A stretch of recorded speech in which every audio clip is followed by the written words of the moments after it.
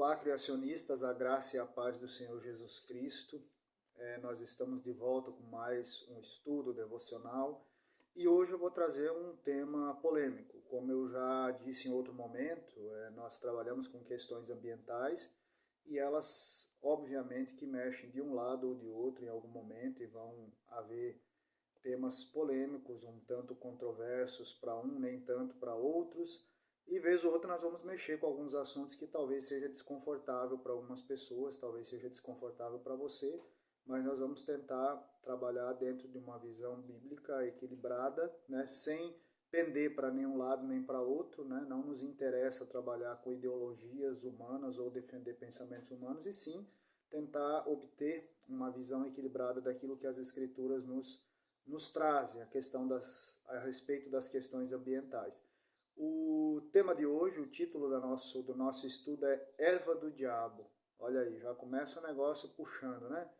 E lá em Gênesis capítulo 1, versículo 11 e 12, diz assim: E Deus disse que a terra produza relva, ervas que deem semente e árvores frutíferas que deem frutos segundo a sua espécie, cuja semente esteja no fruto sobre a terra.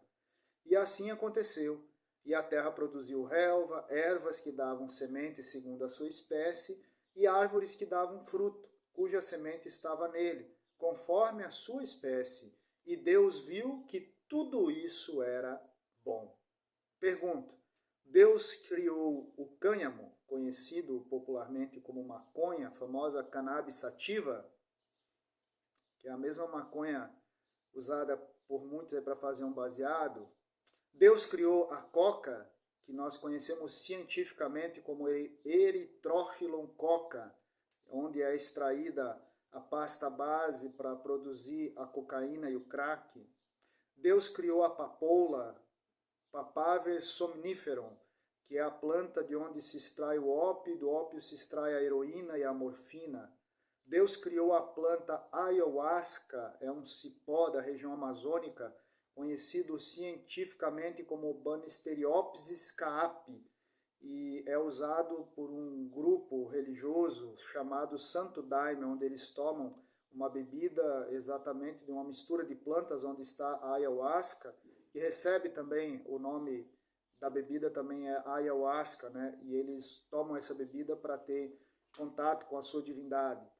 Deus criou a uva, né, do gênero Vitis. Nós temos várias espécies hoje produzidas no mundo, e é da uva que é produzido o suco de uva maravilhoso, gostoso, e também o vinho. Deus criou a cana-de-açúcar, do gênero Saccharum, que também é uma planta da qual se extrai vários produtos, dentre os quais a cachaça, que é usada como uma droga de abuso. Deus criou todas essas plantas? A resposta a todas essas perguntas é um ressonante sim. Sim, Deus criou o cânhamo, Deus criou a coca, Deus criou a papoula, Deus criou a ayahuasca, Deus criou a uva, Deus criou a cana-de-açúcar. O mundo está cheio de plantas e todas elas foram criadas por Deus. Muitas delas são bem conhecidas e estudadas, inclusive o seu uso benéfico ou maléfico para a humanidade. Há muitas espécies que ainda serão identificadas e muitas outras estudadas, né, para se conhecer o potencial e o provável benefício ou malefício dessa planta para a humanidade. Embora a conhecida maconha seja intitulada por muitas pessoas como a erva do diabo, não foi ele quem a criou, foi Deus quem a criou. A Bíblia declara que Deus criou todas as plantas. Ele quem tem o poder de trazer à existência a vida e trouxe, de fato, todas as plantas.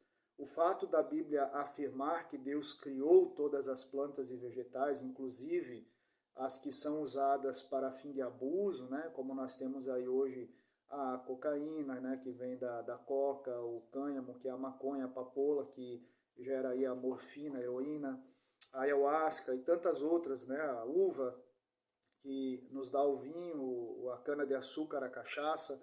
O fato da Bíblia afirmar que Deus criou todas essas plantas e vegetais não quer dizer, por isso que a Bíblia aprova todas as formas de uso delas pela humanidade.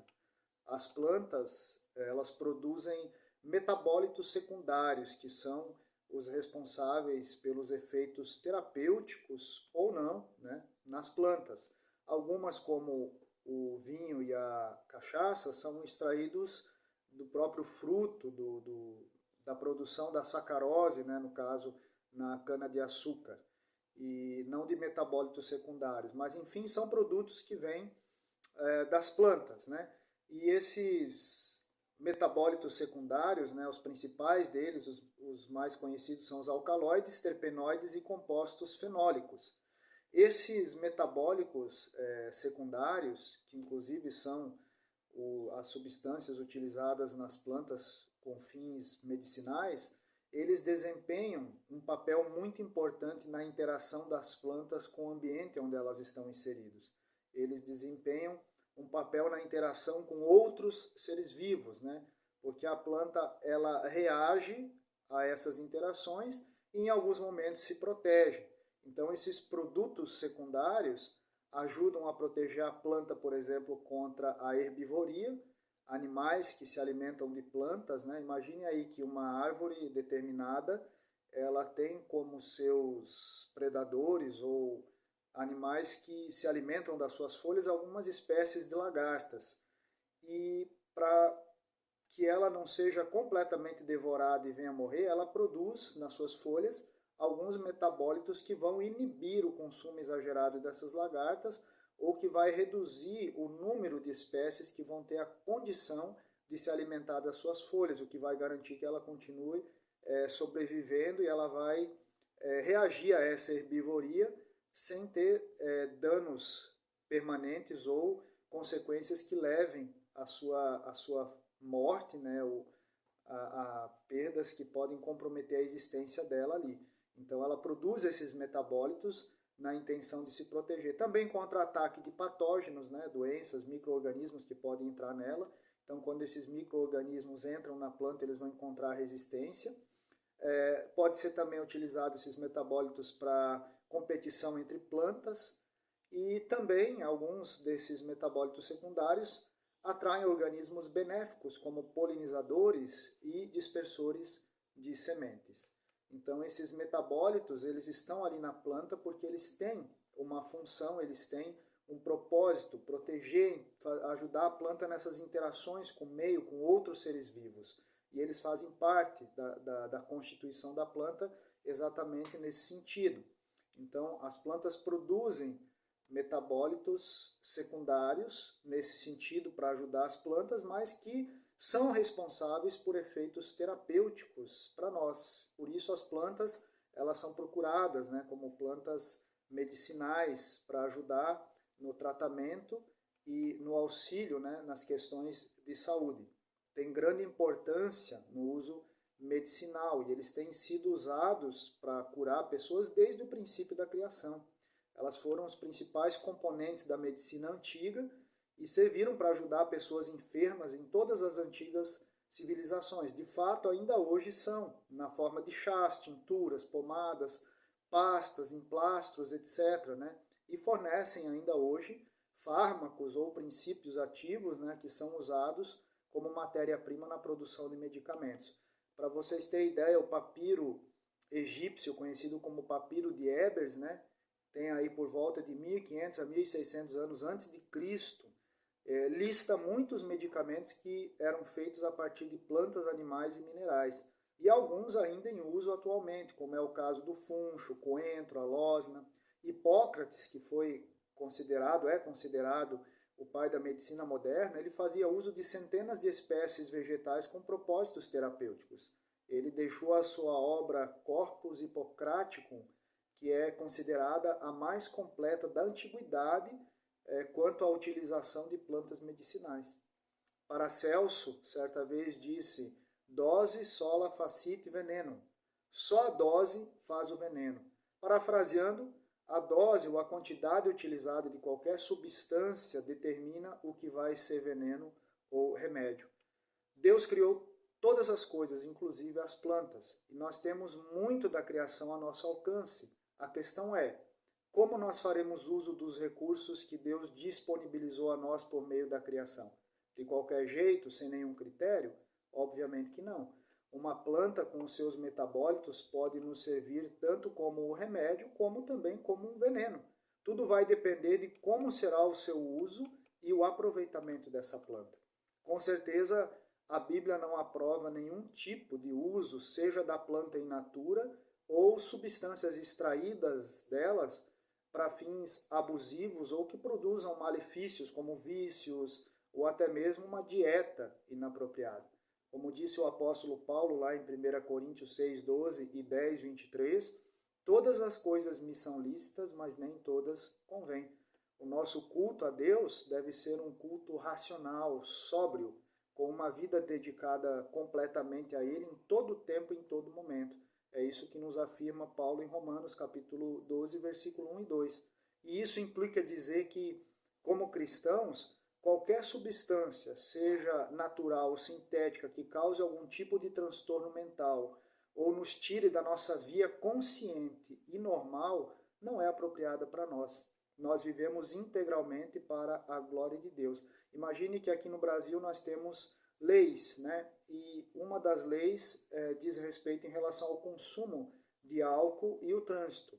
Não é tolerado nenhuma quantidade de álcool no sangue para quem dirige. Há penalidades em relação a isso. Então, se eu não posso ingerir álcool para dirigir, como é que eu posso ingerir qualquer substância que altere os meus estados mentais, a minha psique, a minha vida, para que eu conduza meus passos, minha vida, meus relacionamentos, o meu dia a dia? Isso é uma coisa meio complicada. Não podemos colocar em risco a nossa vida, né? Não podemos colocar em risco a nossa sobriedade. Uma planta com seus metabólitos, ela pode nos servir tanto como remédio, também quanto veneno. Tudo vai depender de como será o seu uso e o seu aproveitamento. A questão é que Deus deixou essa escolha a nós.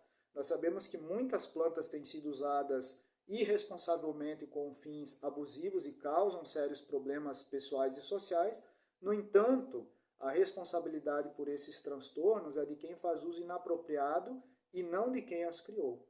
A responsabilidade não é de Deus. E, na verdade, nós não temos algumas plantas específicas e um grupo reduzido. Se você parar para analisar, todas as plantas, na maioria, produzem metabólitos secundários que podem nos servir em algum momento como remédio ou como um veneno. A questão é que muitas delas ainda não foram estudadas, estão aguardando estudos, comprovações científicas, e eu creio que futuramente muitas delas aí que talvez hoje nem são tão consideradas, serão consideradas sim como remédios, e aí vai depender tudo da dose. Hoje a gente fala muito de algumas drogas que vêm de plantas, porque essas foram as mais conhecidas, usadas aí há muito tempo atrás e que vieram sendo passadas de geração a geração, e aí com o tempo foram estudados princípios ativos isolados e foram descobertos, né, como drogas de abuso, como usar como droga de abuso. Mas, por outro lado, também algumas delas nos oferecem a questão de um medicamento, por exemplo, a papoula, né, da onde se extrai a heroína, que é uma droga de abuso muito usada em alguns países, mas também tem a morfina, que é um potente analgésico, né, um sedativo que ajuda com dores, principalmente em pessoas que têm doenças crônicas terminais, aí, então é um ótimo alívio, mas tudo vai depender de como você usa. O fato é que Deus criou as plantas e Ele designou o seu nicho, o seu propósito dentro da criação, na interação com os demais seres vivos. Essas substâncias que elas produzem servem para esse propósito. Se a humanidade tem feito mau uso desses recursos, ela é responsável por isso. Outra questão a salientar também é que muitas dessas substâncias elas têm sido procuradas com propósitos recreativos, na maioria das vezes para aliviar a alma cansada e vazia das pessoas. Uma planta ou as substâncias alucinógenas ou até terapêuticas que elas produzem não pode preencher plenamente o vazio existencial em ninguém. Uma planta ou substância não tem essa capacidade. Jesus sim. O Deus que criou todas as coisas pode satisfazer e preencher a sua vida, a sua alma. Então volte-se para Ele. Glória a Deus pela sua criação, glória a Deus pelas plantas, que nós possamos glorificar ao Senhor pela sua criação, né? Porque o fato de as pessoas hoje fazerem mau uso daquilo que Deus criou não quer dizer que Deus é responsável por isso. É as escolhas que fazemos, as escolhas que você faz, as escolhas que a humanidade tem feito, que a colocam como responsável pelos males que ela tem vivenciado, inclusive em relação ao mau uso das plantas, ao abuso de algumas plantas que têm poderes, né, alucinógenos, que estão capazes de causar transtornos, e hoje se tornaram drogas de abuso e grandes problemas sociais, problemas familiares. Nós sabemos aí a consequência do mau uso, né, desses produtos das plantas, né, desde o álcool, né, a quantidade de transtorno que esse produto extraído da cana-de-açúcar, né, ele tem causado na vida de indivíduos, de famílias, da sociedade. E afora aí a gente tem muitas outras drogas, né, que são usadas a partir das plantas, extraídas das plantas, e que causam transtornos. Então isso não é um benefício e não é o desejo de Deus. Deus criou tudo muito bom, como diz lá no texto de Gênesis, e o mau uso por parte do ser humano é que tem causado tanto transtorno. Então nós temos que olhar a criação na ótica divina, olhar como uma bênção e usá-las para ser uma bênção para as nossas vidas, para a vida das pessoas que estão à nossa volta. Então, cuidado. E Deus seja louvado pela sua criação e o homem aprenda a ser responsável pelo seu mau uso, né? E vai ser com certeza, né? Mas Deus criou tudo bom e perfeito e deseja que a gente faça um bom uso daquilo que Ele criou com responsabilidade, com sobriedade, usufruindo para que seja uma bênção na nossa vida. Deus abençoe sua vida e até o nosso próximo encontro.